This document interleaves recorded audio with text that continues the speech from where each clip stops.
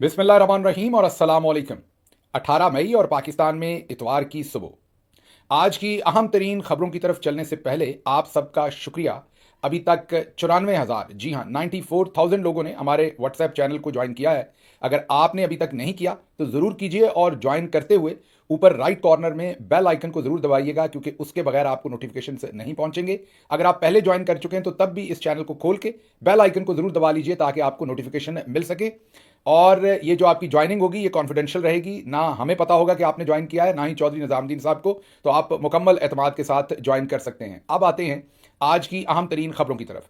सबसे पहले तो एक पर्सनल गुजारिश आपसे रखनी है कि इस वक्त लाहौर और पूरे पंजाब में शदीद गर्मी की लहर है। जाहिर है इंसानों के लिए भी बहुत ज़रूरी है कि वो इस गर्मी से बचें। आप सब ने भी अपना बचाव करना है, लेकिन उसके साथ साथ जो मासूम परिंदे और जानवर हैं उन पर आपने खसूसी ख्याल रखना है। पानी के ज़खायर उनके लिए कम हो जाते हैं, तो कोशिश कीजिए कि छाँव में उनके लिए कहीं ना कहीं पानी का और खाने का बंदोबस्त ज़रूर करें। वो भले परिंदे हैं या दूसरे जानवर हैं, जो आपके पालतू जानवर भी हो सकते हैं, दूसरे जानवर भी हो सकते हैं। लेकिन ये मौका है जब एकदम गर्मी आती है तो जाहिर है अरेंजमेंट्स जो शिफ्ट होती हैं वो बहुत ही सडन होती हैं सारी वेदर की, तो उसमें आपकी इंटरवेंशन जो है वो बहुत ज़रूरी है। तो अपने इर्द गिर्द ख्याल रखिए और परिंदों के लिए और जानवरों के लिए पानी डालने का ज़रूर एहतमाम कीजिए, लेकिन कोशिश कीजिए कि वो छाँव में डालें, क्योंकि अभी टेम्परेचर जो है वो 45 तक फील्स लाइक जो है वो 45-46 तक पहुंच जाता है। तो वो पानी एक किस्म का बॉयल हो जाता है, उनके लिए वो पीने के काबिल रह नहीं जाता।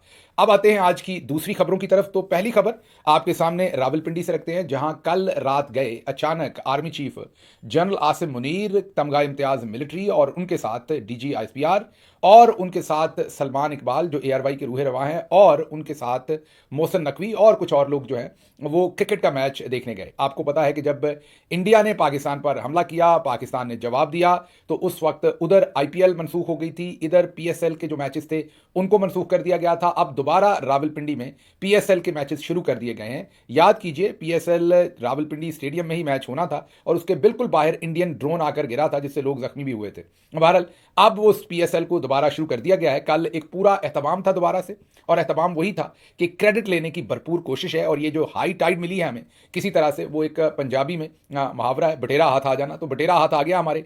तो अब हम बटेरे को छोड़ना नहीं चाहते, उसमें से मैक्सिमम उसे मिल करना चाहते हैं। तो कल वहां पर हमजा अली अब्बासी साहब की खिदमत ली गई, उन्होंने होस्ट किया और वहां पर पाकिस्तान जिंदाबाद के नारे लगवाए गए। अभी टेस्टर फेंके जा रहे हैं। डीजी आईएसपीआर पहले छोटे बच्चों के स्कूल गए थे, जहां वो सवाल पूछते रहे छोटे बच्चे और बच्चियों से, बच्चियां ज्यादा थी वहां पर, कि वो किधर हैं लोग जो कहते थे फौज अपना काम नहीं करती, देखें हमने अपना काम किया है। तो बच्चों क्या आप उनका एहतसाब करेंगे अब जो आपकी फौज को बुरा भला कहते थे? अब जरा खुद माइंडसेट सोचिए कि हम छोटी बच्चियों को अपनी सियासत के अंदर इन्वॉल्व कर रहे हैं। हालांकि पूरा पाकिस्तान जो है, इवन जब इंडिया ने हमला किया तो हमारे और आपके जो सियासी इख्तलाफात हैं, क्योंकि आप एक सियासी जमात है डीजी साहब, आपके और हमारे सियासी इख्तलाफात किस कदर ज्यादा है, उसके बावजूद हमने बगैर आपके कहे, बगैर किसी के कहे और आप पर कोई एहसान नहीं किया। आइंदा भी ऐसा होगा तो कभी कोई एहसान नहीं होगा। सीना ठोक कर पूरी कौम जो है वो आपके साथ खड़ी हुई। वो इमरान खान की जमात के लोग हों, वो वैसे पाकिस्तानी हों, वो पॉलिटिकल पोजीशन होल्डर, कोई ना कोई पोजीशन होल्डर हों, या वो सहाफ़ी हों, या किसी भी वॉक्स ऑफ लाइफ से हों, हर पाकिस्तानी ने सीना ठोक के आपका साथ दिया बगैर किसी इफ एंड बट के। यही हमारा तकाजा है कि आप भी बगैर किसी इफ एंड बट के जो आपका काम है वो आप करें, और जो आपने हल्फ ले रखा है कि आप सियासत के अंदर इन्वॉल्वमेंट नहीं करेंगे, उस हल्फ की आप रूगर्दानी ना करें जो कि आप लगातार कर रहे हैं। और अब तो आप छोटे बच्चों को भी उसमें इन्वॉल्व कर रहे हैं। बहरहाल कल रात स्टेडियम के अंदर अजीब ही मनाजर थे। मुझे लग रहा था कि जनरल आसिम मुनीर, सिपा सलार जिंदाबाद के नारे भी लगवाए जाएंगे, लेकिन अभी रिस्क नहीं लिया गया। लेकिन आप देखेंगे, ये मैं अभी से आपको प्रेडिक्ट कर देता हूं कि अगले हफ्ते डेढ़ हफ्ते के अंदर ये काम भी किया जाएगा, क्योंकि ये जो स्पैन है ये मैक्सिमम 2 वीक्स चलेगा। क्योंकि जाहिर है इसमें मैंने जैसे आपको बार बार बता रहा हूं कि इसमें मेजर शेयर एयरफोर्स का है, और एयरफोर्स हमेशा ना वो आइन तोड़ते हैं, ना वो बहुत ज्यादा क्रेडिट लेने की कोशिश करते हैं। आपने देखा वो सटल काम करते हैं और सटल रहते हैं, पहले भी और बाद में भी। वो तो आप लोगों की मोहब्बत इतनी थी डीजी आईएसपीआर साहब के साथ कि जब air vice marshal Aurangzeb Ahmed आए तो आपने उनकी मोहब्बत में कम इनके साथ जो आपको गिले थे, उस चक्कर में आपने उनको बहुत ज्यादा तरजीह दी, बहुत ज्यादा उनकी सताइश की, और फिर वो नेशनली क्या इंटरनेशनली भी ट्रेंड हुए। यहां तक कि उनको पालकी शर्मा को भी उनके ऊपर फेक न्यूज करनी पड़ी। पालकी शर्मा ने उन्हें क्रश नहीं बल्कि डिसअपॉइंटमेंट और एम्बैरसमेंट के साथ मुखातिब किया। कहा उन्होंने अंग्रेजी अच्छी नहीं बोली। अच्छा, अगर अंग्रेजी अच्छी बोली या बुरी बोली ये इसको छोड़ देते हैं, लेकिन आप ये बताइए कि जो आपकी मुरम्मत की एयरफोर्स ने वो तो दुरुस्त की ना। वो आप यही समझ लीजिए कि वो हिंदी में किया या उर्दू में किया, तो अंग्रेजी को थोड़ी देर के लिए छोड़ दें। तो बहरहाल वापस आते हैं, जो स्टेडियम है रावलपिंडी का, उसके अंदर जो कुछ हो रहा है वो प्योरली जो जनरल आसिम मुनीर के पॉलिटिकल अजाइम है कि वो अगले 10 साल यहां से नहीं हिलना चाहते। ये जो आपको ट्रक की बत्तियों के पीछे लगा लगाया जा रहा है कि इमरान खान से बातचीत हो रही है, जेल में इमरान खान को किसी किस्म की कोई ब्रीफिंग दी गई है। ये ब्रीफिंग हो सकता है कोई इन्फॉर्मेशन भेजी हो, लेकिन जिस तरीके से, जिस एहतमाम के साथ कहा जा रहा है ब्रीफिंग, मेरा नहीं ख्याल, क्योंकि इतनी सेंस परवेल हो नहीं सकती और इतना दिल गुर्दा है नहीं कि ये जो बिला शिरकत गैर, ये जो बिला शिरकत गैर इनको इक़्तिदार मिला हुआ है इस वक्त, आसिम मुनीर साहब के शहबाज शरीफ अर्दली ही हैं, तो अब वो एक सही और असल वाला वज़ीर आज़म अपने ऊपर क्यों लाएंगे। तो इसलिए जनरल आसिम मुनीर साहब ने कल और DGISPR ने वहाँ पर भरपूर अपनी मसल फ्लैक्सिंग की है। और ये जो इंडिया कॉन्फ्लिक्ट का ये जो इंडिया पाकिस्तान का कॉन्फ्लिक्ट हुआ, जिसमें आपने देखा कि शरीफ फैमिली, जिनको जनरल आसिम मुनीर सबसे ज़्यादा प्रमोट करते हैं, वो एक लफ्ज़ नहीं बोले। मरियम नवाज़ एक लफ्ज़ नहीं बोली, नवाज शरीफ एक लफ्ज़ नहीं बोले, शहबाज शरीफ एक लफ्ज़ नहीं बोले, उनके मुंह पर अभी तक मोदी का नाम नहीं आया। और हमें, जिन्हें जनरल आसिम मुनीर और उनके साथी जनरल्स बागी, गद्दार, कंप्रोमाइज्ड, रॉ का एजेंट, पाकिस्तान के खिलाफ काम करने वाले और पता नहीं क्या कुछ कहते हैं, हम सब ने दबाकर सपोर्ट भी की। मोदी का नाम किया, मोदी को घर तक छोड़ के आए, लेकिन उसके बावजूद वो जो है मरियम नवाज़ और नवाज शरीफ और शहबाज शरीफ जो है वो अफजल है और बाकी जो पाकिस्तानी सारे हैं वो अदना है। हमें नहीं पता बाजी मरियम के पास ऐसी कौन सी गिद्दड़ सिंगी है जो हमारे पास नहीं है। अगर आपको पता है तो प्लीज़ कमेंट्स में लिखिएगा ज़रूर कि वो काम, हम कौन सा ऐसा काम है जो हम नहीं कर सकते, जो बाजी मरियम कर सकती हैं। हम का मतलब मैं बाकी पाकिस्तानियों की बात कर रहा हूं कि बाकी तो मोदी पर कोई हमला भी करे फिर भी वो राका एजेंट है, गद्दार है, और बाजी मरियम और नवाज शरीफ नाम भी ना लें तो फिर भी वो आंखों के तारे हैं सारे के सारे। तो कौन सा ऐसा काम है, कौन सी ऐसी सलाहियत है जो उनके अंदर है जो हमें नहीं है? कॉमेंट्स में बताइएगा ज़रूर इस सारी बात के ऊपर। बहरहाल आगे चलते हैं।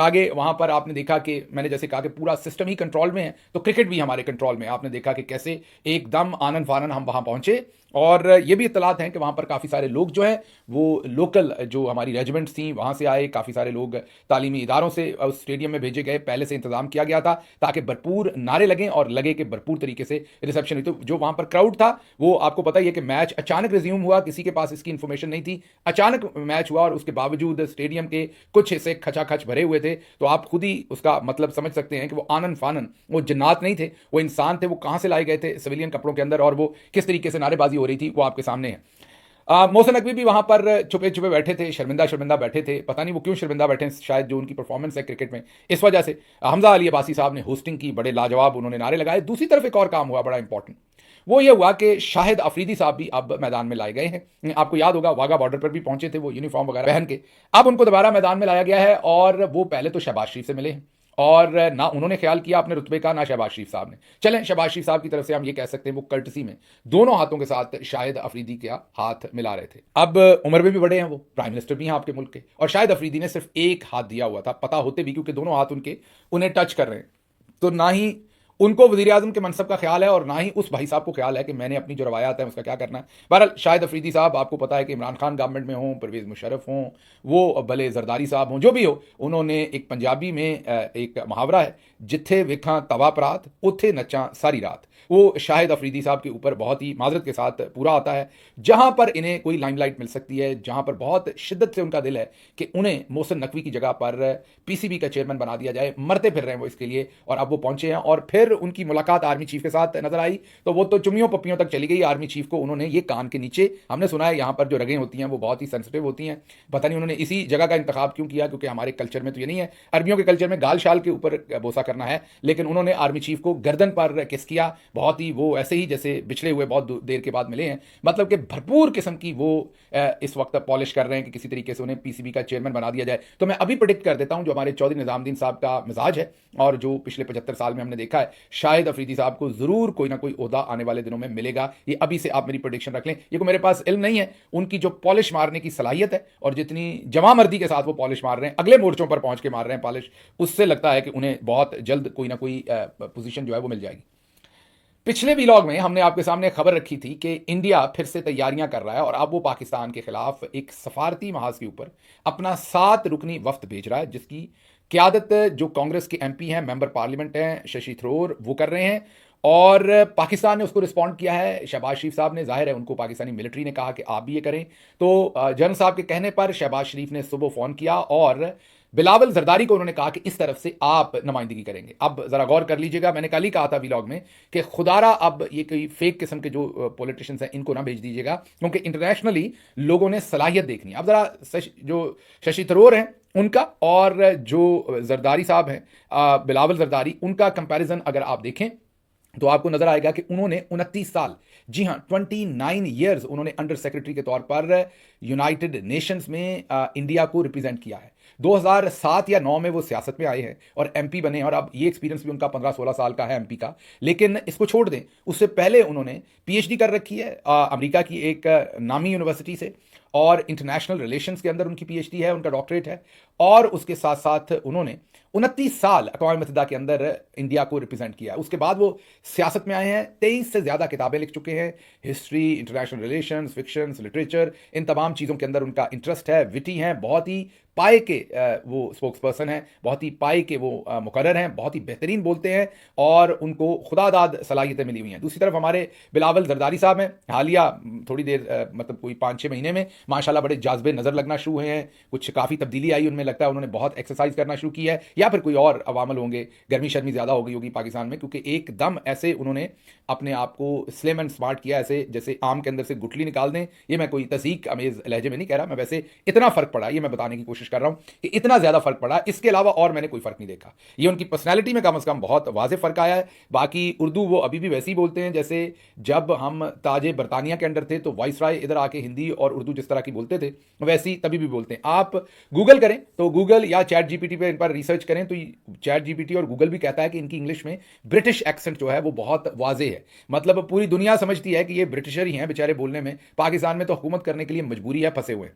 तो एक तरफ मिस्टर थ्रोर जो, बल्कि डॉक्टर थ्रोर जो कि इंटरनेशनल पाए के एक सेल्फ मेड आदमी है, पूरी ज़िंदगी गुजार के यहाँ पहुँचे हैं। दूसरी तरफ हमें एक झूठी सच्ची वसीयत में, जब हम छोटे से बच्चे थे तो हमारे नाम पर एक पार्टी निकल आई, फिर अब्बा जी ने दुकान को संभाल के रखा, जब हम इस काबिल हुए थोड़े से बड़े तो दुकान हमारे सुपुर्द कर दी गई, मीन फैमिली लिमिटेड जो काम चल रहा है। तो अब ये जाकर इंटरनेशनली पाकिस्तान की रिप्रेजेंटेशन करेंगे। ये हैं चौधरी निज़ामुद्दीन साहब के वो नगीने जिनको इन्होंने चुन रखा है और जिनसे ये काम लेना चाहते हैं। अच्छा जी, अगली खबर जो है वो आपके सामने आजकल क्योंकि मामला चल रहा है, नवाज शरीफ साहब को भरपूर तरीके से क्रेडिट देने की कोशिश की जा रही है।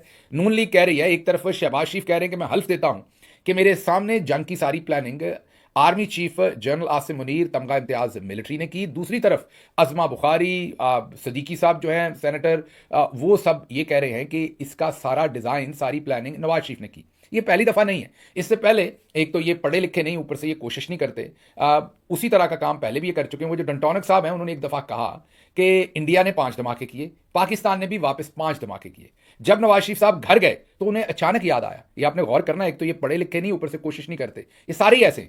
उन्होंने कहा कि इंडिया ने 5 एटमी धमाके किए, पाकिस्तान ने भी 5 एटमी धमाके किए। फिर नवाज शरीफ साहब घर आए तो उन्हें याद आया कि तो बराबर हो गए, हमने तो एक ज्यादा करना था, तो उन्होंने धमाका कर दिया। नहीं, घर पे नहीं किया, आप सब परेशान हो गए होंगे कि खाना ज्यादा खा लिया होगा, कोई डकार शिकार मार दिया होगा, कोई बर्फ आ गया होगा, तो आपको लग रहा होगा कि घर पे धमाका कर दिया। नहीं, उन्होंने ये कहा है, इतना भी अभी काम आगे नहीं बढ़ा, उन्होंने ये कहा कि उन्होंने सुबह फिर छठा धमाका किया। तो इनको ये लगता है, मन दही भी जवानी हो, आपने दही बनानी हो उसको भी वक्त लगता है, प्लानिंग लगती है। मतलब एक तो ये पढ़े लिखे नहीं, ऊपर से कोशिश नहीं करते और बाकियों को भी बेवकूफ़ समझते हैं। इनको लगता है कि पाकिस्तान ने 5 धमाके करने का अरेंजमेंट किया था। रात को मियाँ साहब घर गए, अचानक उन्हें लगा छठा करना है, उन्होंने फ़ोन उठाया, उन्होंने कहा कि उतों दुकान तो शहबाज जड़ा है ना वो आधा किलो दही लेना आए, मीन के वो दही लाना था जो जाके दुकान में से ले आए। या उधर डॉक्टर अब्दुल कदीर, अल्लाह उनको जन्नत में जगह दे, उनके दर्जात बुलंद करे, वो और उनके साथियों को उन्होंने फ़ोन किया कि एक मिठा पान सवेरे उरला दो जनाब। मीन एटमी धमाका नहीं था कोई, आपने बस ब्रेड खरीदनी थी दुकान से, जाहिर उसकी पूरी एक प्लानिंग की जाती है, पूरा सिस्टम एक ऑर्गेनाइज किया जाता है। मैं तो एक्सपर्ट नहीं हूं, लेकिन इतनी कम से कम बेसिक कॉमन सेंस तो है ना कि उसके लिए एक पूरा लंबा चौड़ा, like it takes time, few days तो लगेंगे कम से कम। लेकिन उन्होंने कहा कि सुबह उन्होंने छठा धमाका कर दिया, बराबर कर दिया। उस पर डॉक्टर कदीर खान साहब ने क्या कहा था उस वक्त अपने एक इंटरव्यू में, ये जरा सुनिएगा पूरे का पूरा, इनका जो दावा था और उनका जो इनको जवाब था वो सुनिएगा। नवाज शरीफ साहब बारहा कहते हैं कि अगर मैंने फैसला ना किया होता, अमेरिकी दबाव ना बर्दाश्त किया होता, तो पाकिस्तान कोवर्ट से ओवर्ट न्यूक्लियर पावर ना बनता। आपकी असेसमेंट चाहिए जी। अब ये तो सब तारीख को पता है, आप एसएम जफर साहब से पूछ लीजिए क्या पूरी एनजीओ किसने बनाया। नवाज शरीफ साहब तो पटाखा भी नहीं फोड़ सकते थे, वरना फोड़ने के काबिल हैं। इनमें तो इतनी भी सलाहियत नहीं थी कि जब मिसाइल फायर हुई, इतना बड़ा वो कारनामा था पाकिस्तान के लिए, बैलिस्टिक मिसाइल गोली फायर, तो भी कोई नहीं आया खड़ो के देखता। और जब न्यूक्लियर एक्सप्लोजन तो भी, हालांकि इतना अहम मामला था, मुल्क पार बंदा था, जहाज में बैठ के आते, आधे घंटे का काम था, लेकिन जरूरत नहीं हुई कि आकर देखते। तो ये बात सब सुन लिया आपने। उन्होंने कहा इनको इतनी तौफीक नहीं हुई कि जब मिसाइल चला ये तब आके उसको देख लें, जब एटमी धमाके हुए तो तब आकर ये जो कंट्रोल सेंटर था उसमें आकर बैठ के देख लें, चले वहां नहीं तो थोड़ा दूर रह के किसी सेफ जगह पर देख लेते। लेकिन वो मियाँ साहब के तो अपने ही धमाके निकल गए होंगे ये सोच के कि धमाका हो रहा है, वो किसी और तरफ को चल पड़े होंगे। तो ये वो तरीका है, ये लूमड़ को शेर बनाकर बेचने की जो कोशिश है नून लीग की, ये बहुत पुरानी हो गई। अच्छा, आगे चलते हैं जी।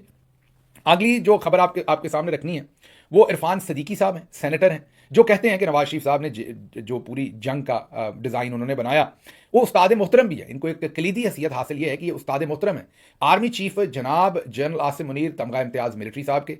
और इरफान सदीकी साहब कहते हैं कि जो नवाज शरीफ हैं वो मेरे अंदर बोलता है। आप ये ना कहें कि नवाज शरीफ बोला नहीं, आप ये ना कहें नवाज शरीफ ने इंडिया पे कोई बात नहीं की। जब मैं बोलता हूं तो नवाज शरीफ बोलता है। अल्लाह ही खैर करे। आप लोगों ने कोई, मेरा मतलब मैं क्या कहूं, दोनों बुजुर्ग हैं, मैं क्या कहूं, मतलब दूर नहीं निकल गए आप जरा कोई प्यार मोहब्बत में, आप यकजान नहीं हो गए। मेरा मतलब मैं क्या इस पर तज्जिया करूं, रुकी जाऊं तो बेहतर है। आपके एहतराम में रुक जाता हूं सदीकी साहब, लेकिन वो बात दूर ले गए। उन्होंने कहा कि मेरे अंदर वो बोलते हैं और हर नून लीगी के अंदर। तोबा नौज बिल्ला, ये तो खुदाई किस्म की आप दावे नहीं कर रहे। उन्होंने कहा कि हर नून लीगी के अंदर नवाज शरीफ बोलता है। अल्लाह ही खैर करे, ये दावे जो हैं। बहरहाल आगे इरफान सदीकी साहब, मैंने आपको पहले भी कहा था कि लोगों के बच्चे बिगड़े होते हैं, हमारे बाबे बिगड़े होते हैं। ये जरा एक क्लिप देखिए, ये आज सेनेट में तकरीरें करते हुए मोहतरम जो है ये क्या फरमा रहे हैं। पता नहीं ये लफ्ज इस्तेमाल कर सकता हूँ या नहीं कर सकता नहीं कर, जो भी आप सोच रहे हैं। हाँ, मैंने कहा आप यहाँ बैठ के भी बड़ी खूबसूरत लगती हैं, वहां भी बड़ी खूबसूरत लग रही हैं। तो बहुत बहुत आपकी शुक्रिया बात का सिद्दीकी साहब। ये आपने देख लिया, मैं इस पर कोई और तजिया नहीं करूंगा। उन्होंने कहा भी मोहतरमा ने आगे से कि आप रहने दे, मत कहें, लेकिन वो नहीं रुके। उन्होंने क्या डाला जो उन्होंने कहना था, क्योंकि उनके अंदर नवाज शरीफ बोलता है। इसे याद कीजिए, अभी उन्होंने हमें बताया कि मेरे अंदर नवाज शरीफ बोलता है। तो इस एतबार से ये जो भी फ्लर्ट शलर्ट हो रहा था, ये इसका मतलब है कि नवाज शरीफ साहब ही कर रहे थे, इरफान सदीकी साहब नहीं कर रहे थे। आज के बाद इरफान सदीकी साहब जो भी कहें, आपने यही समझना है कि उनके अंदर नवाज शरीफ बोल रहा है। उसके बाद पीएमएलएन ने अपने ट्विटर अकाउंट से एक बहुत बड़ा एतराज़ किया इंडिया पर, और उनको ये कहा है कि आप लोग किस कदर गासिब मुल्क हैं, किस कदर बुरा मुल्क हैं, किस कदर बुज़दिल हैं, किस कदर कमज़ोर हैं कि आपने पाकिस्तानियों के ट्विटर अकाउंट इंडिया में बंद कर रखे हैं। आगे से इंडिया वालों का हासा निकल गया होगा, वो मुस्कुरा दिए होंगे कि हमने तो पाकिस्तानियों के, ज़ाहिर है पाकिस्तान हमारा एक अपोनेंट है या एक रवायती जो हरीफ है और दुश्मन कह लें आप उसे, तो उनके ट्विटर अकाउंट बंद करना तो कोई अजूबे की बात नहीं है आजकल के माहौल में। तो उन्होंने कहा आपने तो अपने हम वतनों के ट्विटर अकाउंट नहीं, पूरा ट्विटर ही बंद किया हुआ था। तो मतलब आप देखेंगे, एक तो ये पढ़े लिखे नहीं, ऊपर से कोशिश नहीं करते, इनको एहसास भी नहीं होता कि ये ताना हम किसी को दे सकते हैं या नहीं, जो कुछ हम कर चुके हैं उसके बाद ये ताना हम देने जोगे हैं या नहीं। अगली खबर गुजरावाला से है। सदर ममलकत आसिफ अली जरदारी गुजरावाला छावनी का उन्होंने दौरा किया। आर्मी चीफ यहां भी पहुंचे हैं और मोहसिन नकवी साहब भी साथ थे। सदर ममलकत ने मार्का हक की, अब ये नहीं पता, कई नाम रखे हुए हैं, मार्का हक भी कह रहे हैं। मेरा ख्याल अब जाकर एहसास हुआ है कि वो जो नाम रख लिया था ऑपरेशन का वो बहुत ही मुश्किल था। वो आम पाकिस्तानी, ज़ाहिर है अरबी हमारी मादरी ज़ुबान नहीं है, तो नाम बहुत सारे पाकिस्तानियों से वो नहीं लिया जा रहा, या तलफ़्फ़ुज़ ठीक नहीं है, याददाश्त में नहीं रहता। तो अब मार्का हक कहना शुरू किया है और उसकी कामयाब तकमील में पाक अफवाज की मिसाली पेशा वराना महारत और आला किरदार को सराहा। दोबारा फिर आर्मी चीफ वहाँ मौजूद थे, सारा क्रेडिट उन्हीं को ही है। एयरफोर्स बेचारी फिर मिसिंग है, उनके साथ कोई मामला जो है वो है नहीं। गुजरावाला में हमें समझ नहीं, क्योंकि गुजरावाला के करीब मुरीद के पे मिसाइल लगा था। हमने तो इस तरफ से मेरा नहीं ख्याल कि कुछ ऐसा किया, कोई टैंक शैंक नहीं चले, लेकिन बहरहाल फिर भी अगर सदर साहब को भी आई हुई थी ये चीज़ कि उन्होंने भी मुबारक देनी थी। और दूसरी साइड तो मैंने आपको बताया ना कि इस टाइम क्रेडिट समेटने में हम पुरजोर कोशिश कर रहे हैं, तो इस मामले में क्या कहा जा सकता है। अगली खबर वो भी इंटरेस्टिंग है, वो है जी मरियम औरंगजेब साहबा का बयान। पढ़ के सुनाऊंगा, उसके बगैर मजा नहीं आएगा। मैं वज़ीर आला पंजाब को खराजे तहसीन पेश करती हूँ। जिस वक्त हमारी अफवाज सरहदों पे जंग लड़ रही थी, किसके खिलाफ लड़ रही थी दोबारा कोई जिक्र नहीं, ना मोदी का, ना इंडिया का, ईरान के साथ लड़ रहे थे, अफगानिस्तान के साथ, चीन के साथ, किसके साथ नहीं, कोई जिक्र नहीं। जिस वक्त हमारी अफवाज सरहदों पे ये जंग लड़ रही थी, उस वक्त वज़ीर आला पंजाब ने पंजाब की सिविल डिफेंस के अदारों को, सिविल एडमिनिस्ट्रेशन को, रेंजर्स को और पुलिस को, हस्पताल, स्कूल्स और कॉलेजेस की इंतजामिया को हदायत जारी की कि वो अपनी अफवाज के शाना बशाना खड़े हो जाएं। सीनियर सूबाई वजीर मरियम औरंगजेब ये जो अहकाम जारी हुए हैं इस पर वो खराज तहसीन पेश कर रही हैं। मैं पंजाब गवर्नमेंट में रहा हूँ, जब भी जंग के हालात बनते हैं तो ये चीफ सेक्रेटरी का रोल होता है। तमाम आपके जो सिविल डिफेंस, आपकी एजुकेशन, आपका हेल्थ, वो चेक करते हैं। मुल्क के अंदर बुनियादी दवाइयाँ हैं, पानी के ज़ख़ीरे हैं, अनाज के ज़ख़ीरे हैं, एक बेसिक किस्म की वो एक मीटिंग होती है, चीफ मिनिस्टर भी उसमें होते हैं। सारा काम ब्यूरोक्रेसी ने करना होता है, चीफ मिनिस्टर का कोई काम उसमें नहीं होता है सच। लेकिन उन्होंने खराज तहसीन पेश कर दिया। शुक्र करें कहीं इसमें कोई तमगा इम्तियाज़ मिलिट्री या कोई और निशान वगैरह नहीं मरियम नवाज साहबा को दिलवा दिया, क्योंकि जितनी उनकी खिदमात हैं बनता तो है, रही भले वो खामोश हैं। और अब हमें ये पता चल रहा है कि उन दिनों में जब वो वो खामोश थी। हम इन्फॉर्मेशन गैदर कर रहे हैं, कोई खास कार्रवाई वो कर रही थी, उस कार्रवाई को आपके सामने रखेंगे एक आध दिन के अंदर। बाहर से कोई शायद मेहमान आए हुए थे, उसके बारे में आपको इन्फॉर्मेशन देंगे कि वो कहाँ से आए थे और क्या हो रहा था, उस पर वर्किंग कर रहे हैं। मजीद इन्फॉर्मेशन आ जाए तो आपके सामने उस इन्फॉर्मेशन को रखेंगे। मुझे यहाँ से इजाज़त दीजिए। अल्लाह आपका हामी और नासिर हो। पाकिस्तान जिंदाबाद।